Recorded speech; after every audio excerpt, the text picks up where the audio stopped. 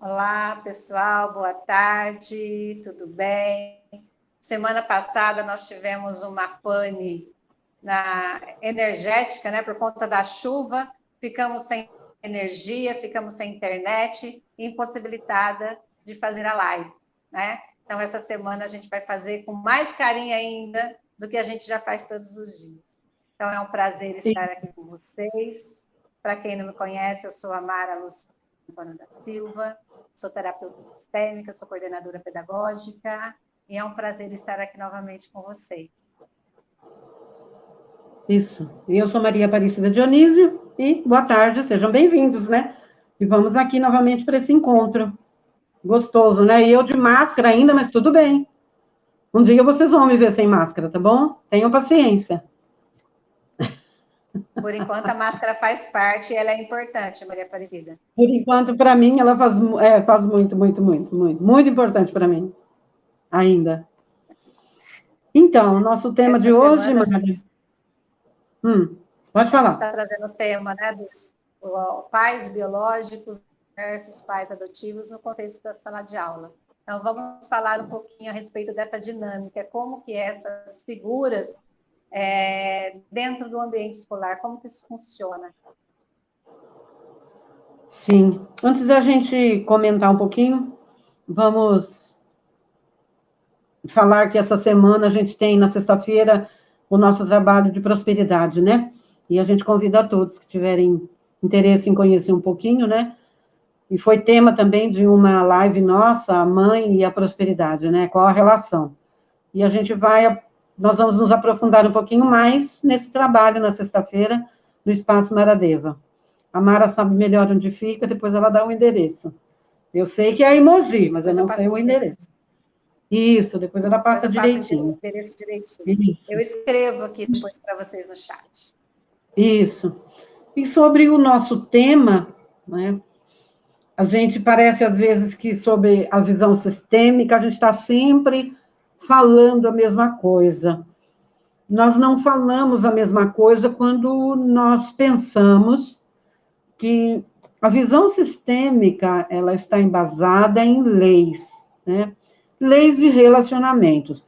Leis até um pouco questionada por aqueles que, não compreendendo profundamente, não entendem que uma lei não depende da minha crença nela, para que ela exista, para que ela aconteça, para que ela funcione, para que ela se dê na sua vida. Lei é lei, né? E, em geral, a gente diz lei é para ser obedecida, ela acontece e pronto, ela existe e pronto.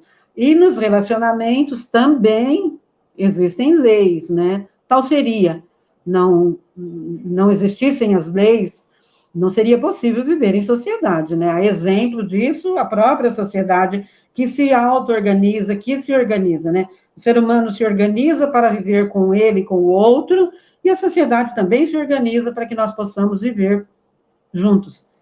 E a mesma coisa, essa questão dos relacionamentos. E aqui hoje se trata de relacionamentos de pais e filhos, né? Pais biológicos, filhos adotivos. E como a gente fala disso? A primeira coisa que a gente deve olhar quando se fala de pais adotivos é a questão da função, né?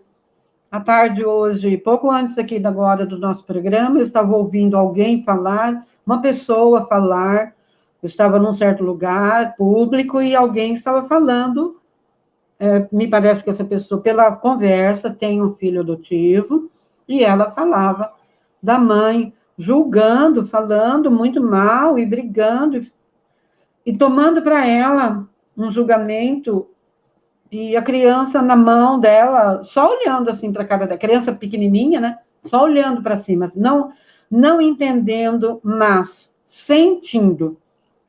Nós esquecemos que quando se trata do humano, quando se trata do ser humano, a criança pode não entender, mas ela sente. Então, eu olhava a carinha dela e eu não podia falar nada, né? O assunto não estava dirigido a mim. A criança estava sentindo. Ela olhava com profunda perplexidade para o que ela estava ouvindo, porque ela sentia nela o que estava sendo dito dos pais. Então, o que eu quero dizer com isso, né? Na questão das leis e na questão dos relacionamentos, pais adotivos e pais biológicos, deve haver, a primeira coisa, respeito dos pais adotivos para com os pais biológicos, né? Por mais que a gente conheça a história, por mais que a gente ache que houve um abandono, a gente nunca sabe a história profundamente. A gente nunca sabe a história contada por eles ou sentida. Nós não sentimos, nós não estávamos lá. A gente ouviu falar, a gente às vezes não presenciou, e ouviu falar e sai por aí julgando. Esse é um aspecto que deve ser olhado. E esse aspecto, ele vai atingir a criança diretamente, e esse aspecto vai ser percebido na sala de aula. Então, uma criança como aquela de hoje, com certeza ele vai, daqui a pouco ele percebe que os pais estão sendo julgados, ele começa a olhar os pais adotivos com estranheza, vai começar a se afastar, porque na cabeça dele a sensação é esta: se não gosta dos meus pais, não gosta de mim também. E isso vai criando um campo de afastamento nessa criança. E o que vai acontecendo na escola? A primeira coisa é que a criança também se torna arredia ao aprendizado. Ela não fica presente. Ela se torna distante.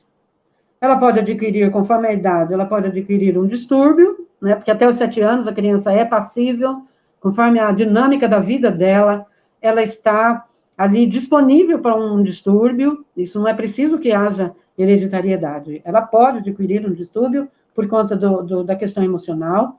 Então, ela está ali num campo rico para um distúrbio, não está presente para a sala, não está presente para os amigos, não está presente para o aprendizado, não está presente para nada. E hoje, que estamos online, mais difícil ainda, porque ele tem que prestar atenção, ele tem que estar concentrado, né? Senão ele passa o exercício e ele não consegue, ele não vai conseguir a concentração necessária, porque ele não está presente internamente. Então, essa questão é muito importante nesse sentido, de pais observarem isto, porque reflete imediatamente no aspecto escolar. E aí não tem o que fazer no sentido de que é uma bola de neve, né? É uma bola de neve. Dentro da escola, isso é uma bola de neve. Pode falar, Mara, por favor. Então, quero até colocar para vocês a minha experiência enquanto mãe adotiva, né? Eu não tinha esse conhecimento na época em que adotei as meninas. Eu acredito que o que me ajudou muito foi que eu nunca olhei para os pais das meninas com esse olhar de julgamento ferrenho, né? Talvez até assim, né, um conhecimento aí, né, já que eu não sabia que tinha, mas enfim, eu não tinha esse olhar julgador para a família, porém todo o meu entorno, né, as pessoas tinham, né, esse olhar de piedade, esse olhar de falar, oh, coitadinhas, porque está vivendo isso, e não sei o que tem, né? E eu me deixava envolver por esses pensamentos e por essas falas. Mas, assim, o que é muito interessante é que, na época que as meninas começaram a frequentar a escola de ensino fundamental, isso ficou muito claro. Porque na educação infantil, elas ficavam muito comigo na creche, então isso não se evidenciava, né? Isso não aparecia tanto. Mas quando elas foram para o ensino fundamental, isso ficou muito claro. E é muito interessante que a minha menina mais velha, ela dormia o tempo todo dentro da sala de aula. Ela não conseguia estar presente dentro da sala de aula, né? E como ela, vamos dizer assim, ela entendia melhor do que a mais nova, ela, assim, vamos dizer assim, tomava posse de todas essas emoções, de todos esses sentimentos, chegava dentro da sala de aula, ela dormia. E se tentavam acordá-la, né, se o professor tentava acordar, ela fazia um escândalo dentro da sala de aula porque ela queria continuar dormindo. Né? Então, olha como que isso é forte. E cai exatamente naquilo que você disse. Não importa se eu sabia ou se eu não sabia das leis. Essas leis existem e elas funcionaram. E assim como elas continuam funcionando até hoje. Hoje a dinâmica mudou? Mudou por quê? Porque hoje eu tenho um olhar diferente, consigo resolver as coisas de uma forma diferente. Mas durante muito tempo, né, eu comecei a entender, né, a falar sobre constelação familiar, sobre essas leis, em 2017, né? Então são o quê? 4, 5 anos. E durante todo esse tempo antes, eu estava vivenciando essas leis sem esses conhecimentos, né? E não sabia. Como isso é forte, não sabia. Exatamente. Como isso é forte, como isso acontece, como isso influencia, independente dos nossos conhecimentos ou não. Deixa eu só dar um exemplo para a Beatriz, que está aqui com a gente, a Clio, a Silvia Longato. Sejam muito bem-vindas, meninas. Se vocês quiserem fazer perguntas, por favor, sintam-se à vontade, tá bom? Nossa live fica muito mais rica se vocês participarem. Exatamente. Isso que você fala é muito forte, e é dessa forma mesmo. Aí você imagina um universo numa escola, numa classe, né, seja ela presencial, seja ela online, numa sala onde tem 30 alunos e 3, 4 são adotivos, o que vai acontecer na cabeça deles? Porque eles olham o outro, né, o coleguinha, e vê a dinâmica da vida do colega, né, e vê a dinâmica da vida dele. Então, isso também é um aspecto, né, para ser olhado. Isso também cria uma questão interior, um questionamento, né, na cabecinha dele. Mas, acima disso... Pode falar. O interessante, Maria Aparecida, é que as professoras, não só as professoras, né, porque eu precisava de pessoas para levar as meninas até a escola, porque eu trabalhava período integral, todas essas pessoas que nos cercavam, elas tinham a intenção de nos ajudar, né, de fazer com que a nossa vida ficasse mais fácil. Só que como elas tinham esse olhar de pena, esse olhar de julgamento, tudo funcionava meio que, vamos dizer assim, meio que ao contrário, porque as professoras faziam tudo para ajudar, mas as meninas, elas não aceitavam, e elas não sabiam, né? Elas só reagiam a essas emoções que você está dizendo, que elas não sabem o que é, elas só sentem, né? Então, a professora da minha filha mais velha fazia de tudo para ajudar, fazia de tudo para fazer ela ficar acordada, para fazer ela participar, e não conseguia. Né? Porque, na verdade... A pessoa que ficava com elas para mim. O que ela queria era fugir. Com ela para mim. Exatamente, é bem isso. Ela queria fugir daquele lugar onde ela se sentia tão oprimida. Né? Isso. A pessoa que ficava com elas para mim, a mesma coisa. Queria tratá-las como se fossem filhas, né? Esse cuidado de filha.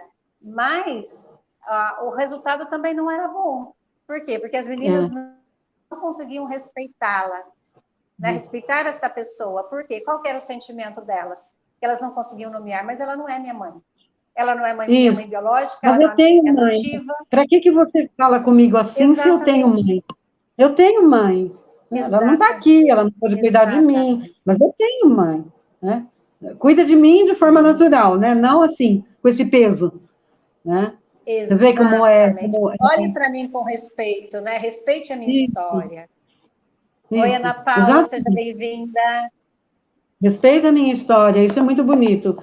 Quando a gente olha a história da criança e consegue respeitar, a gente vê, eu vejo, eu também tenho grupos da escola e eu fico olhando, às vezes, comentários dos professores, eu não participo mais, né, estou fora, mas eu fico olhando comentários do professor com relação a certas situações que acontecem com relação ao aluno. E você vê o desrespeito, não que eles queiram desrespeitar, desrespeita por não entender, por não conhecer e por querer fazer o que não é da sua alçada, né? E aí você fica olhando aquilo e não tem o que fazer. O máximo, se é alguém que eu conheço, eu interfiro e digo, né? Não é por aí. Mas ainda assim, não adianta, porque há um pensamento no brasileiro, o brasileiro tem um pensamento dele mesmo, isto assim, isso é muito forte. O brasileiro tem crenças muito fortes de que ele é um pobre coitado, de que ele precisa da ajuda divina, porque senão ele não consegue, de que ele é miserável, de que ele é escravo, de que ele... Isso é, assim, a estima do brasileiro é essa. Ela é baixa mesmo. Então, existe essa conotação quando olha para uma criança. Você já olha espelhando a desgraça. Ele é um pobre coitado que ele não tem isso, ele não tem aquilo, ele não tem aquilo outro, ele não tem nada. E, além de tudo, ele é adotado. Oh, nossa, isso é terrível para a criação de um filho. Isso é terrível. Isso é terrível, porque você passa para ele a inutilidade, a falta de possibilidade de vencer qualquer barreira. E isso está incrustado no brasileiro. Por isso que somos um país muito religioso. A religião, ela não é negativa, mas ela é um ópio, né? Alguém já disse isso, alguém, assim, muito maior que eu. Ela é um ópio. Enquanto eu fico dizendo, Deus quer assim, Jesus vai trazer, Deus quer assado, eu não me movimento. Eu fico no lugar. Então, quando eu olho para uma criança e falo, coitadinho, o pai dele tem que trabalhar, a mãe dele tem que trabalhar e sai de manhã e volta de noite, coitadinho. A vida é assim. Ele não é coitado. Ele aguenta, ensina, né? Ele está aguentando essa barra. E ele está no melhor lugar que ele poderia estar. Pergunta para ele se ele quer ir morar numa outra casa com um pai e mãe, uma mãe que fica em casa cuidando. Não, ele quer ficar junto com o pai e com a mãe dele. Do jeito que for. Ele quer ficar com o pai e com a mãe. Né? Por quê? Isso é uma coisa que eu ouvi muito, Maria Aparecida. Sabe uma coisa que eu ouvi muito também? Como é que eu podia ter coragem de adotar?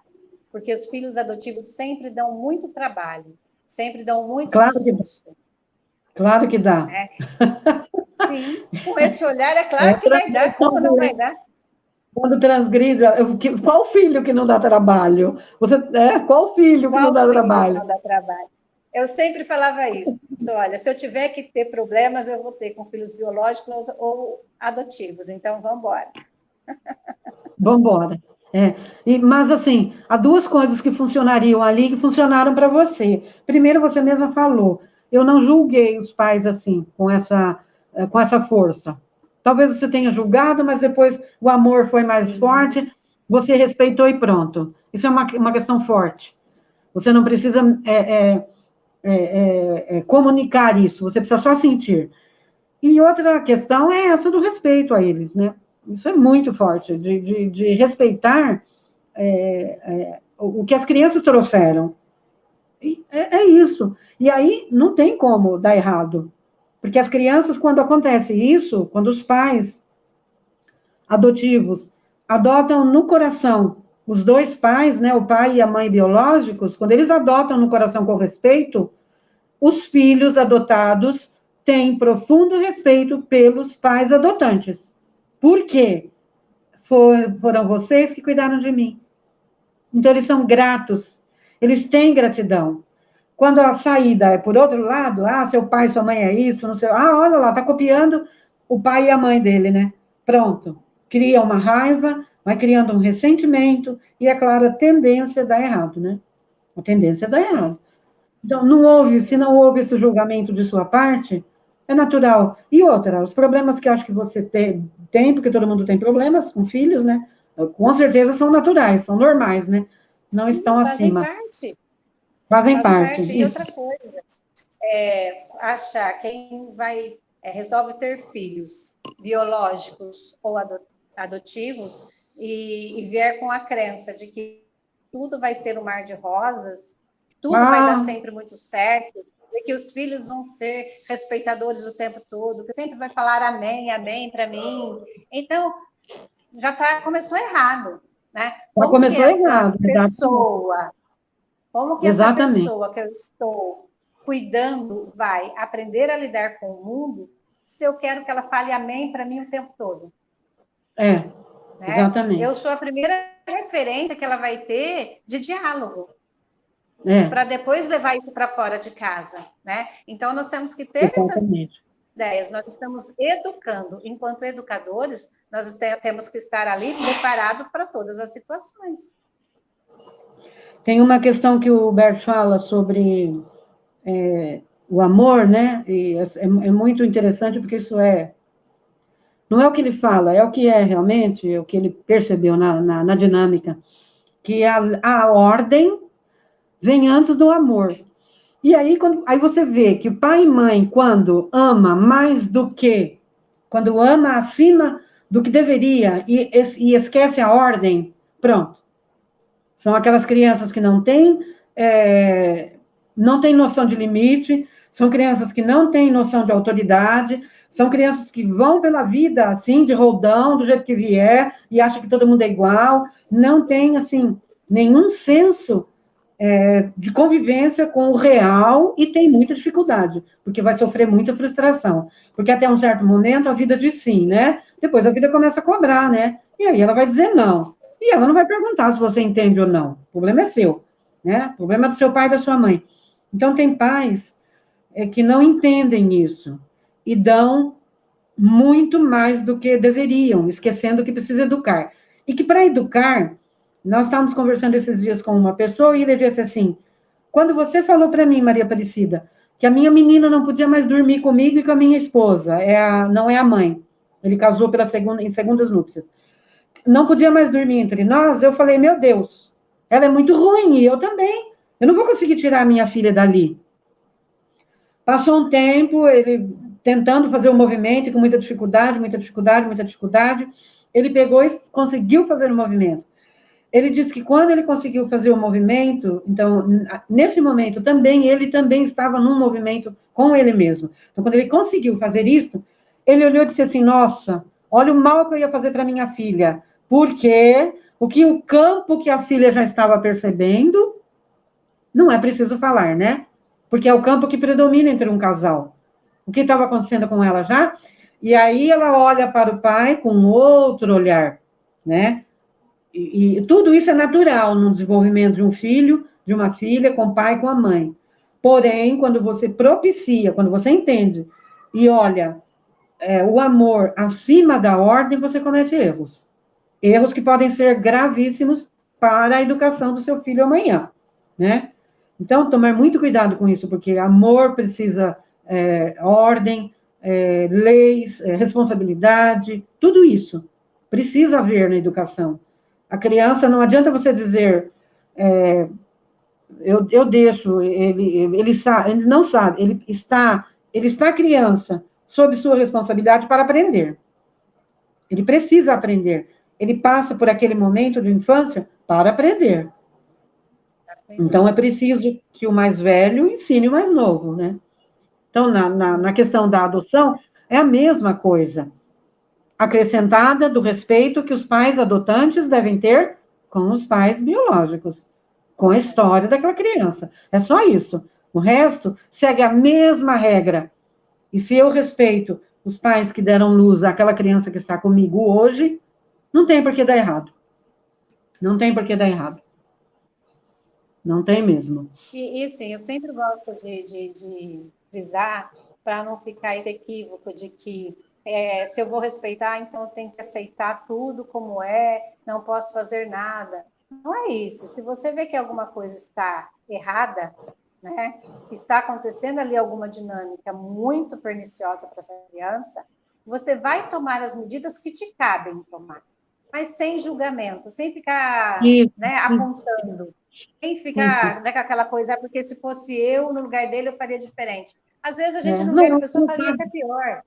Porque exatamente, a gente sabe, né, os caminhos que essa pessoa está trilhando para chegar onde ela chegou.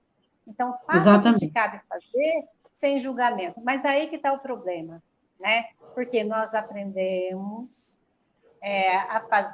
a tomar atitudes junto com o julgamento. Né? Uhum. Então, a gente já olha para a situação julgando. Isso está certo, está errado? A questão não é o certo ou errado, né, Maria Aparecida? A questão é que hoje a gente tem consciência dessas leis, a gente sabe como funciona e está na hora da gente fazer um pouquinho diferente. Né? Esse julgamento teve uma função, mas que agora essa função ela não cabe mais, ela precisa dar um passo adiante. Né? Nós precisamos ir um pouquinho mais além. E acho que se você parar e refletir um pouquinho sobre como você era no começo, quando você pegou suas crianças, quando elas chegaram para você, e como você está hoje, de acordo com o conhecimento que você tem, é claro que o conhecimento ajuda muito, mas eu acho que você vai perceber uma coisa, o amadurecimento que houve de você como mãe, com relação à educação, o amadurecimento. Então, o que acontece, às vezes, com as pessoas? Elas lidam com a criança como se fossem elas mesmas. Ela, a própria criança, a minha criança falando com outra criança. Você escuta a mãe falar assim, não, mas você não pode comer isso. Ah, mas eu quero comer. Não, mas você não pode comer. A mamãe está falando que você não pode comer. Não, mas eu quero comer. A mamãe está falando que isso vai fazer mal para você. Não, mas eu quero comer. Ó, você não pode comer. Então aqui fica aquele discurso de criança com criança. Né? Então, assim, meu filho dizia assim, com 3 anos de idade, eu não quero pôr blusa de frio. Eu falei, eu não estou perguntando se você quer. Você tem bronquite asmática? Ele tinha, né? Eu não falava isso.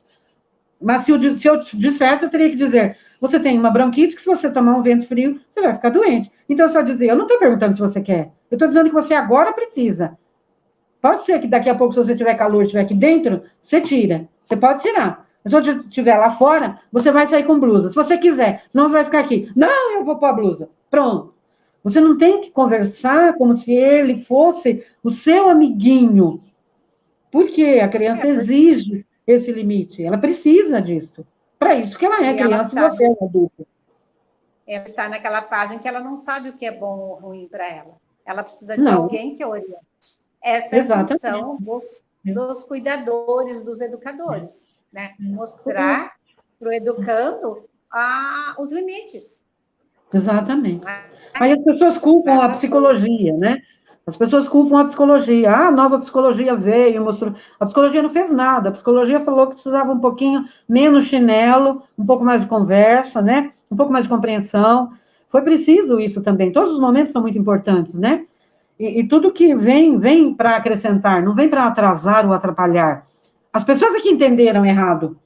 Né? As pessoas entenderam isso completamente errado. É aí do 8 para o 80, né? O problema são isso, os extremos. Exatamente, exatamente. Aí, então, agora é só conversa, então agora eu não posso mais frustrar o meu filho, porque se eu não conseguir convencê-lo na conversa, então eu deixo que na próxima conversa eu convenço. Não, existe um momento em que eu tenho que chegar e falar para ele, eu estou mandando e você vai me obedecer. Né? Eu sou a sua mãe. Exatamente. Isso. Eu fui numa reunião dele uma vez, ele falou, ele teve a pachorra de dizer para mim, o que você está fazendo aqui? A reunião é minha.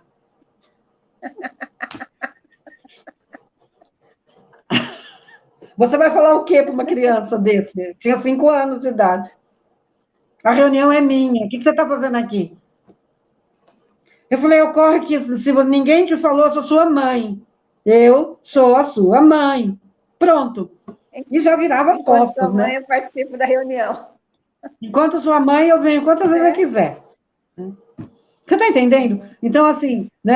Ai, porque a mamãe tinha que vir, porque a mamãe tem que falar com a professora, porque a mamãe. Não, o mínimo que você pode fazer é se colocar na tua posição, acabou. Porque ele também precisa crescer, né? Ele também precisa ir para o lugar dele. Aí você fica dando satisfação. Eu brinquei com ele hoje, fiz uma brincadeira e coloquei lá. Eu estou ligando para minha mãe porque ela tem que dar satisfação para mim. Ele falou, eu nunca fiz isso. Eu falei, não, eu nunca fiz mesmo. Eu estou zoando com você. Né? Mas é o que o filho faz, eu vejo muito. A gente vê na sala de aula isso. Antes, né, a gente via. Hoje, esse diálogo a gente já não participa mais. Ele acontece nas 4 paredes e não mais na telinha, né? Mas eu vi muito isso. Eu ficava estarrecida de ver. O filho de 9 anos falou para a mãe, eu vou falar com você quando eu chegar em casa. Eu falei, cara, 11 anos. Eu falei, nossa. Inverteu. Isso, eu vou falar com você quando eu chegar em casa. Eu quero saber o que você veio fazer aqui. Olha só. O que é isso? O resultado desse diálogo. Aí eu fico imaginando a postura interna dessa mãe. Ele é adotado. Para aceitar essa fala. Essa criança era uma criança adotada, tá? Foi adotado bem bebezinho, tá?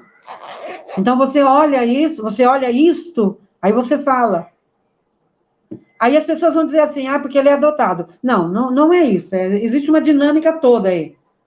É um desrespeito à família, é um desrespeito à questão da educação, é um coitadismo de achar que ele é incapaz. Ele não é, tanto ele não é incapaz, que ele fala, quando chegar em casa, eu vou conversar com você. Você vai, né? Olha a posição invertida, né? Então, é preciso tomar cuidado, é preciso que cada um, na questão da educação, seja filhos adotivos, sejam filhos naturais, é importante olhar essa questão muito, com bastante cuidado, com bastante carinho. Filho, se está no lugar de filho, é porque ele precisa de alguém para orientar. E não alguém para bater palma a tudo que ele faz, né? E aí, Maria Aparecida, voltando um pouquinho lá para a escola, é a gente pensar que, como você inclusive já disse, a criança, ela dá conta da história que ela tem. Né? Uhum. A gente não pode Isso olhar para a criança com esse sentimento de pena, né, que é o que normalmente acontece. Porque toda vez que eu olho para essa criança com um olhar de pena, eu estou tirando a força dela. Né? Isso. Eu estou passando a informação para ela que ela não dá conta, Exatamente. que ela precisa de ajuda, né? E que vamos dizer assim, a força que ela tem, que vem da família dela, não é suficiente para ela sustentar a vida dela, né? E esse sentimento de pena, ele vai trazer, além de não ser verdadeiro, mas ele vai trazer consequências. Por quê? Aí vai entrar nessas questões que nós já falamos, que a criança se aliena dentro da sala de aula porque ela quer fugir, porque ela só sabe que existe um sentimento ali que é muito pesado e que ela não dá conta, porque todas as pessoas que estão ali no entorno dela não acreditam que ela possa dar conta. E aí exatamente. Tendo aquele sentimento realmente de incompetência, aquele sentimento de vontade de fugir, aquele sentimento de esse lugar não é bom para mim. Né? A vitimização, então, ele cai numa vitimização muito forte. Dormem. Exatamente, porque aí quando tem dorme, tudo bem, dormem, né? Ele não atrapalha. Né? E quando não dorme, né? Que... Há controvérsias, Maria Aparecida, porque a minha dormia e roncava. Aí ela atrapalha. Aí ela atrapalha. Então, né, há controvérsia. Há controvérsia. Então, ela dormia, mas ela não deixava de incomodar. Claro que incomoda. Eu fico imaginando como que eram essas emoções lá dentro dela, como isso era forte dentro dela, a ponto de querer fugir, mas ao mesmo tempo mostrar isso para mim não tá bom. Né? Porque eram ali dois sentimentos antagônicos, né? Porque eu quero fugir, mas eu também quero mostrar para você que você está me incomodando demais da conta. Né? Então, a gente tem que ficar atento a todas essas dinâmicas. Está acontecendo alguma coisa dentro da minha sala de aula? Deixa eu olhar para essa criança, além daquilo que está se mostrando. Como que está o meu olhar para essa criança? Como que está o meu sentimento para essa criança?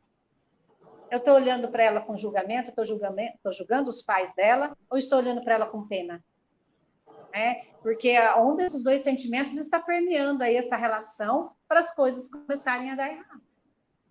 Vamos dizer assim, é o pontapé inicial para as coisas começarem a desandar. A dar errado, exatamente. E é tão fácil, é tão simples, né? É só respeitar o outro, né? O respeito ao outro é fundamental.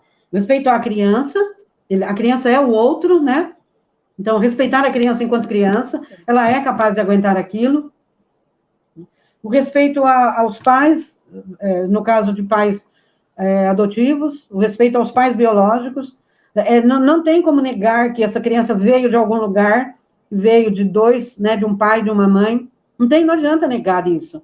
Não adianta dar desculpar, mas eles fizeram isso. Isso daí é detalhe. Isso para a vida, né, para o universo, isso é só um detalhe, não importa, eles estão aí. Né? E se não for você a cuidar, alguém vai cuidar. Vai ter outra pessoa. Então, vai ter outra pessoa, né? Porque o universo sempre dá um jeito, né? Parou aqui. Não parou aqui. Se não for eu, alguém vai vir, né? Então, não vamos achar que nós somos os salvadores do mundo. E olhar essa criança com respeito, porque ela aguenta a carga que lhe foi colocada nas costas. Ela aguenta. Ela aguenta, sim. O universo seria injusto não aguentar. Nós não damos conta. Nós que não temos esse destino. Mas a criança dá conta, né? E quando a gente olha para ela com respeito... Isso. Quando a gente olha para ela com respeito, a gente fala assim, gente, é impressionante a leveza com que essas crianças lidam com situações tão difíceis. Exatamente. Quando a gente consegue olhar para elas com respeito, respeitando mesmo a história de vida delas. Olhando para elas na força que elas têm, né? Entendendo que ela vai dar conta daquela história dela, que está tudo certo ser como foi. E, dependendo do papel que eu ocupo ali, o que é que eu posso fazer para essa criança para melhorar um pouquinho, no meu lugar? Né? O que eu posso fazer para contribuir? É essa que eu penso, assim, Maria Aparecida, que é o nó. Né? Porque, como eu estou procurando mudar isso em mim, não posso dizer que já mudei, né? Já dei assim, vários passos, mas essa necessidade de ser o salvador do mundo, né? Eu vejo ali uma criança com dificuldade dentro da sala de aula, dentro da minha escola, e eu quero salvar aquela criança. Nós temos uma... que eu olho para... Desculpa, pode falar. Não, termina o seu raciocínio. Então, toda vez que a gente olha para uma criança deste lugar, né, de querer salvá-la, é uma necessidade interna, uma necessidade biológica. Essa criança ela vai reagir a esse meu movimento de salvador, porque ela não precisa ser salva, ela precisa ser respeitada. E, na verdade, quando a gente entra nesse movimento que você refere, é porque nós nos achamos em perigo. Então, no primeiro passo, quando os pais vão adotar, hoje o direito sistêmico tem olhado muito isso, quando os pais vão adotar uma criança, olhar essa questão, se não é a necessidade dos pais, porque aí os pais jogam a própria necessidade na criança. Então, um medo seu, um medo que você tem com relação à sua criança, é seu. Porque quem disse que vai ser igual? Onde está escrito, né? Mas você projeta alguma coisa sua, né, para ela. E aí você passa a viver disso, e pode até acabar criando mesmo, né? E de repente não, ela está longe disso. Mas primeiro olhar se não são questões nossas que nós projetamos, né? E é comum os pais fazerem isso. Até hoje, em pais, situações normais, naturais, os pais fazem isso. Ah, você vai fazer isso. Não, porque isso não é bom para você. Não, isso não é bom, você vai fazer isso. Caramba! Eu não me lembro na minha história de vida com meu filho de qualquer dia, até porque eu não tive chance. Ele começou muito cedo naquilo que ele queria. Mas eu nunca disse, puxa, por que você não faz isso? Não me lembro. Eu não tive esse prazer. Os pais têm, né? Ah, filho, tenta isso. Ah, faça isso. Vai fazer faculdade. Não vou fazer faculdade. Não agora. Quando eu quiser fazer, eu vou fazer. Tá bom. Pronto. Então, assim... O que eu quero dizer é assim, os pais projetam, então eu não tinha nem chance de projetar, né? Nunca consegui projetar. Ótimo. Mas nós, como pais, projetamos. E aí, às vezes, o filho olha para você e fala, caramba, não estou nem pensando nisso. Olha só que doideira dessa mulher, desse homem, né? Dessa mãe, desse pai, né? Eu não estou nem pensando nisso. Olhar se não é uma frustração, se não é um medo seu, se não é uma necessidade sua, né? Se você não tem entonizado em você o seu pai e a sua mãe, você vai olhar a sua criança como alguém que não vai aguentar, porque você também já está sentindo o peso. Aí você joga. Então, isso é muito sério. Isso funciona mesmo, a gente vê todos os dias essa dinâmica, e as pessoas não se dão conta, e acham que a vida é a mesma assim. Não, a vida não é assim. Se você olhar, vai perceber que não é assim. Mas se está bom para você assim, a gente respeita, né? Cada um leva a vida do jeito que dá conta. Pode ser mais leve, né? Pode ser mais leve. Agora, se você quer continuar carregando peso, o mundo inteiro nas costas, o universo inteiro nas costas, tudo bem, a gente permite, tá tudo certo. Fique à vontade. Nós não vamos impedir. A gente aqui não está para impedir nada. E você veja só que coisa maravilhosa. A visão sistêmica entrou no planeta num momento onde as pessoas começaram a olhar os próprios pesos. E aí vem um segundo momento onde a gente fica preso dentro de casa para se olhar. Você não tinha olhar, você não tinha lugar para olhar. Você olhava para seu marido, que é o seu espelho. Olhava para seus filhos, que são as suas projeções. Então, você estava ali com a sombra, você estava ali com tudo. Você tinha que olhar para você. Não tinha saída, né? Então, assim, o caminho de evolução que o planeta traz, que o homem vem fazendo, é maravilhoso. Quando a gente olha a visão sistêmica, eu sou uma apaixonada, por isso não posso falar muito, mas quando a gente olha, você vê que tem tudo a ver com o nosso crescimento. Então, é o que a gente acabou de falar. Se você quer, você disse, eu já errei fazendo isso. Hoje, eu olho, estou procurando diminuir, estou trabalhando nisso, naquilo. É isso. Você não está tentando ser perfeita.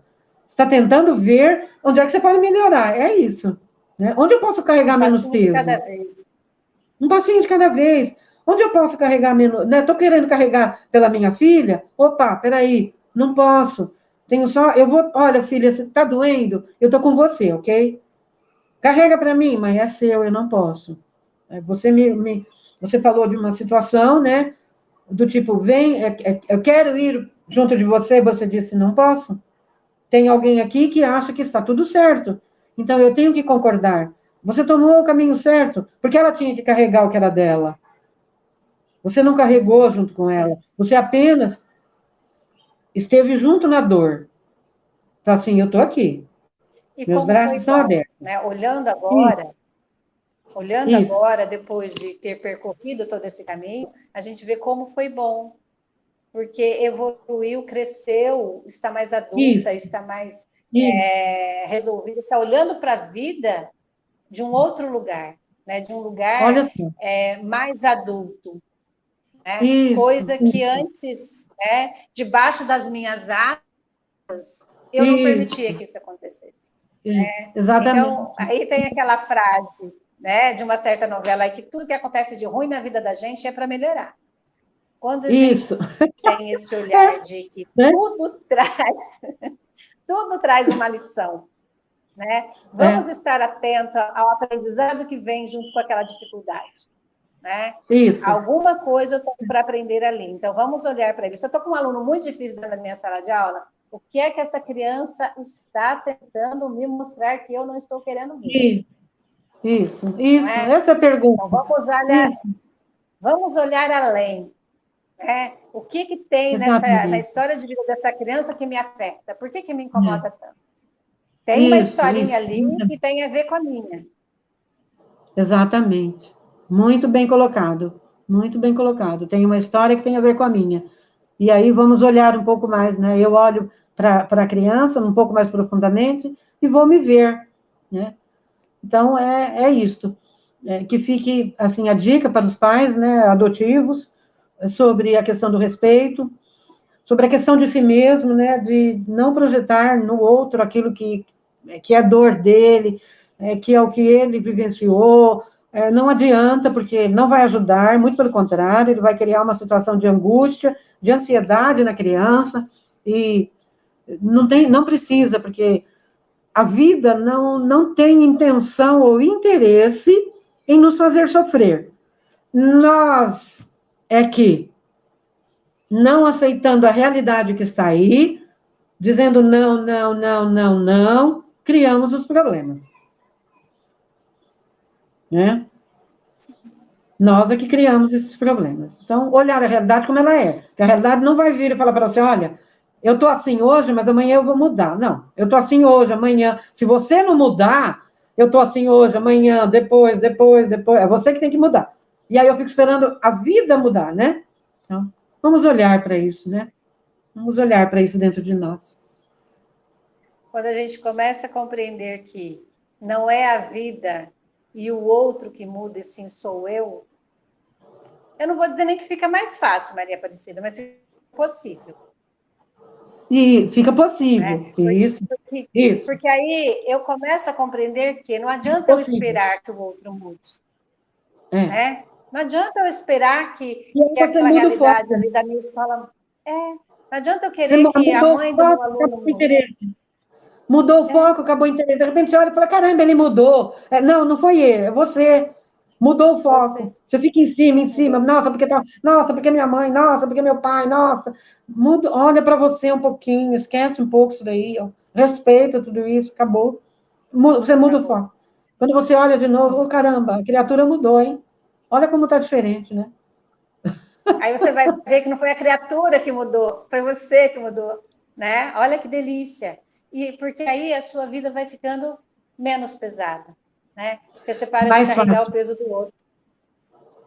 né? Você para É mais de fácil. carregar o peso do outro. Olha que delícia, Maria Aparecida, quando nós compreendermos isso e a gente começar a entender que eu não preciso salvar o mundo, eu não preciso salvar o meu aluno, eu não preciso salvar os pais dos meus alunos, eu posso ser só o professor dentro da escola. Que independente da história de vida que meu aluno tem, ele dá conta que está tudo certo e que lá dentro eu posso ser só a professora. Olha que maravilha! A minha ficha sobre isso que você está falando caiu um dia, de um jeito diferente, mas a mesma situação, quando eu olhei o mundo e pensei, eu falei, peraí, eu vou ter, digamos que eu tenha 60, 70 anos de vida, eu vou morrer, e tudo que está aí vai continuar, do mesmo jeito. Eu levantando bandeira contra esse, aquele outro, eu fazendo isso, aquilo outro, vai continuar. Eu brigando com pai, com mãe, as coisas vão continuar. Eu é que estarei fora desse cenário. Então, desde que o mundo é mundo, as elucubrações eu fazendo, né? Desde que o mundo é mundo, isso é assim. Eu acho que eu vou mudar agora. Alguma coisa tem que mudar, mas eu acho que eu estou olhando errado. Aí que eu voltei o olhar para eu mesma. Aí eu olhei e falei, alguma coisa precisa mudar. Não é o mundo que vai mudar. Então eu passei a procurar o que é que precisava mudar, né? E aí a gente vai encontrando os caminhos, né? Mas é exatamente isso que você está falando. Não é o outro. É aqui dentro. Porque nós vamos passar, nós vamos sair, né, de cena, e a vida vai estar aí do mesmo jeito. As pessoas vão Ela continuar vai desse jeito, tudo vai ficar do mesmo jeito até que o último ser humano aprenda, né? Vai continuar. Sim, vai. Até que E o só último vai aprenda. mudar, e só vai mudar para aquele que fizer essa mudança interna. Né? Isso, Então, isso. depende. Assim, é muito interessante que você olha para a mesma paisagem, né?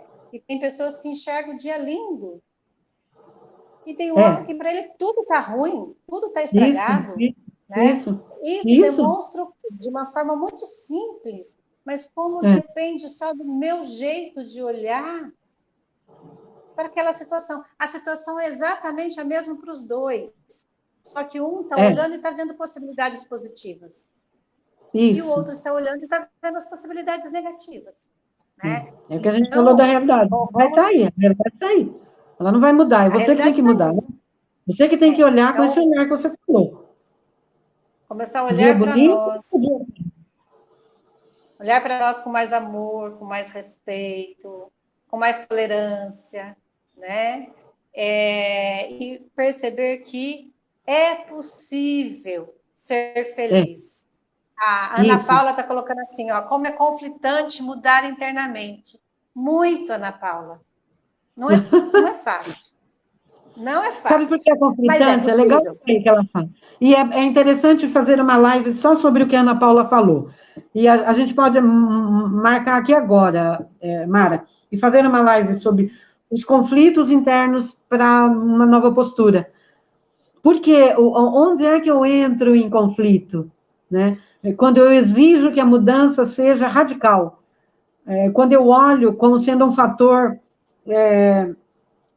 predominante ou preponderante para que eu seja feliz. E não é assim que funciona. Eu não consigo mudar, eu não consigo dormir Maria Aparecida e acordar, né, Maria José. Não tem como. Eu vou continuar acordando Maria Aparecida.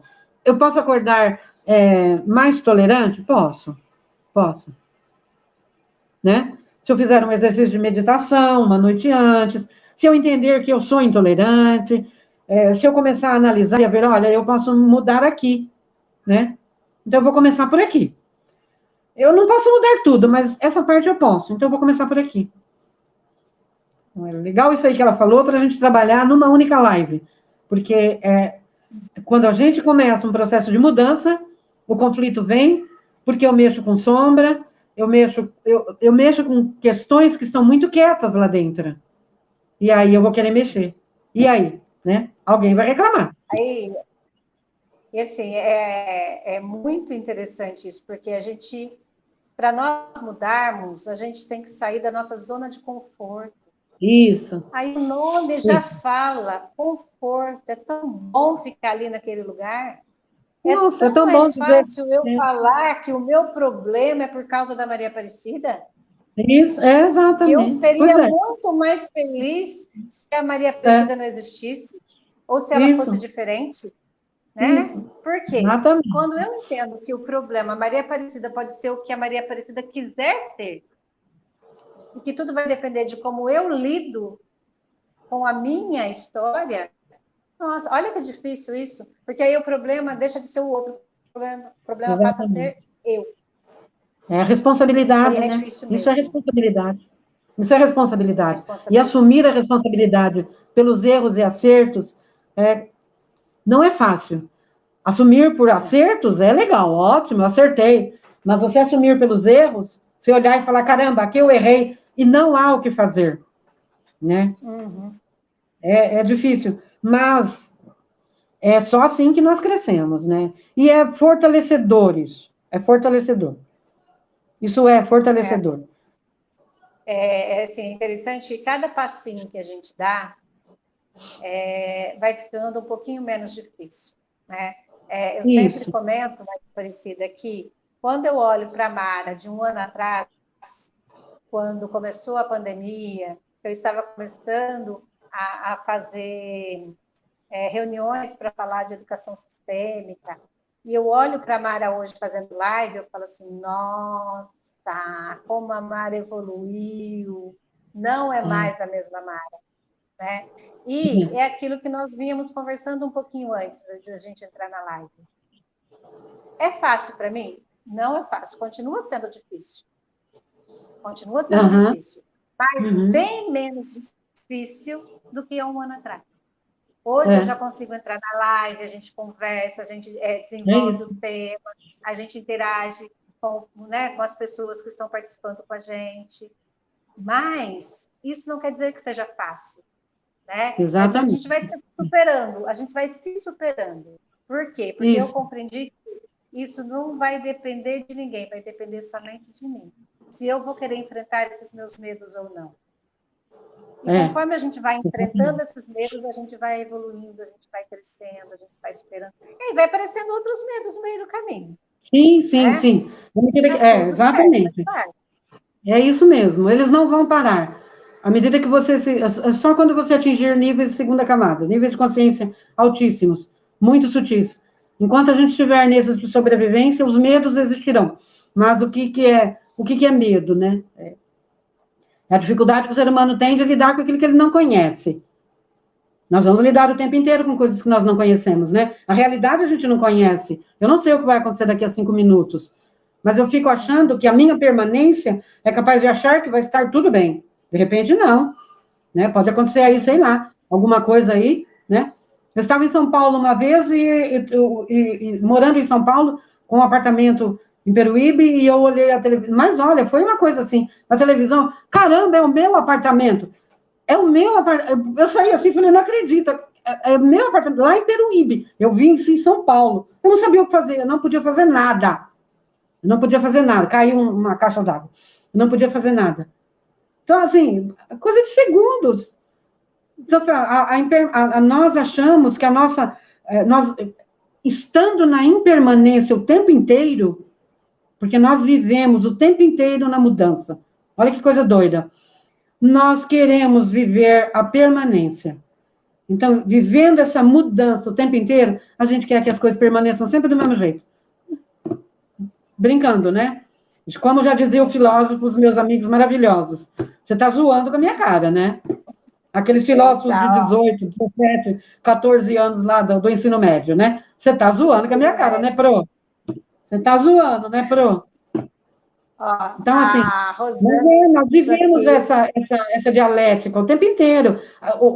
Você você está aí, você pode morrer a qualquer momento, a mesma coisa comigo. Quando você fala de morte, nossa, morreu, oh, morreu. faz parte do processo. Ó, Por que a que morreu? Rosana Você estava Zanqueta vivo, não teria morrido. É uma estava brincadeira, né? vivo.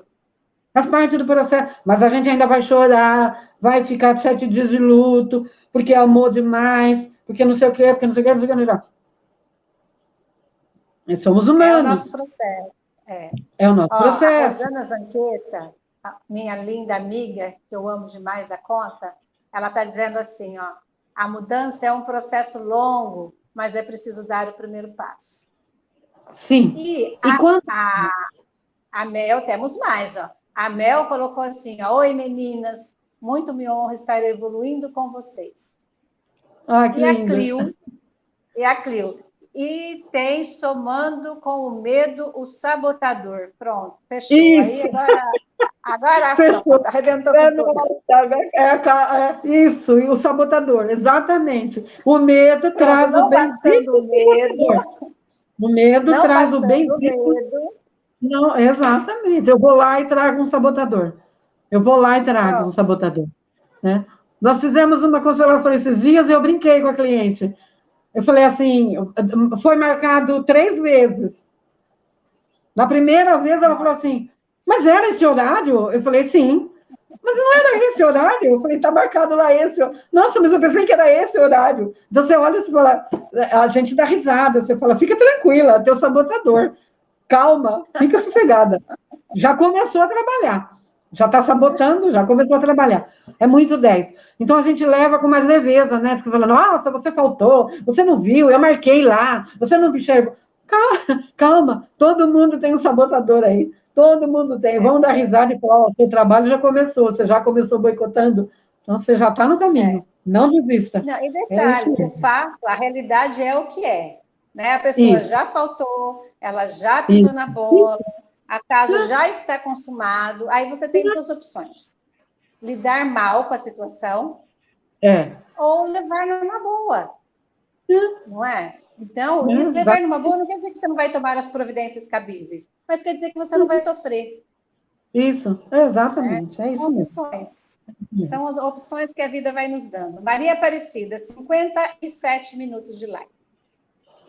Pois é. Olha, Tudo isso porque, meninas, nós achamos que nós fôssemos falar com vocês, meninas e meninos. Nós achávamos que fôssemos falar com vocês somente meia hora. Mas olha, já estamos há 1 hora aqui conversando com vocês. Eu quero dizer que foi um prazer, foi muito bom estar aqui, desenvolver esse tema. Muito obrigada pela participação de vocês.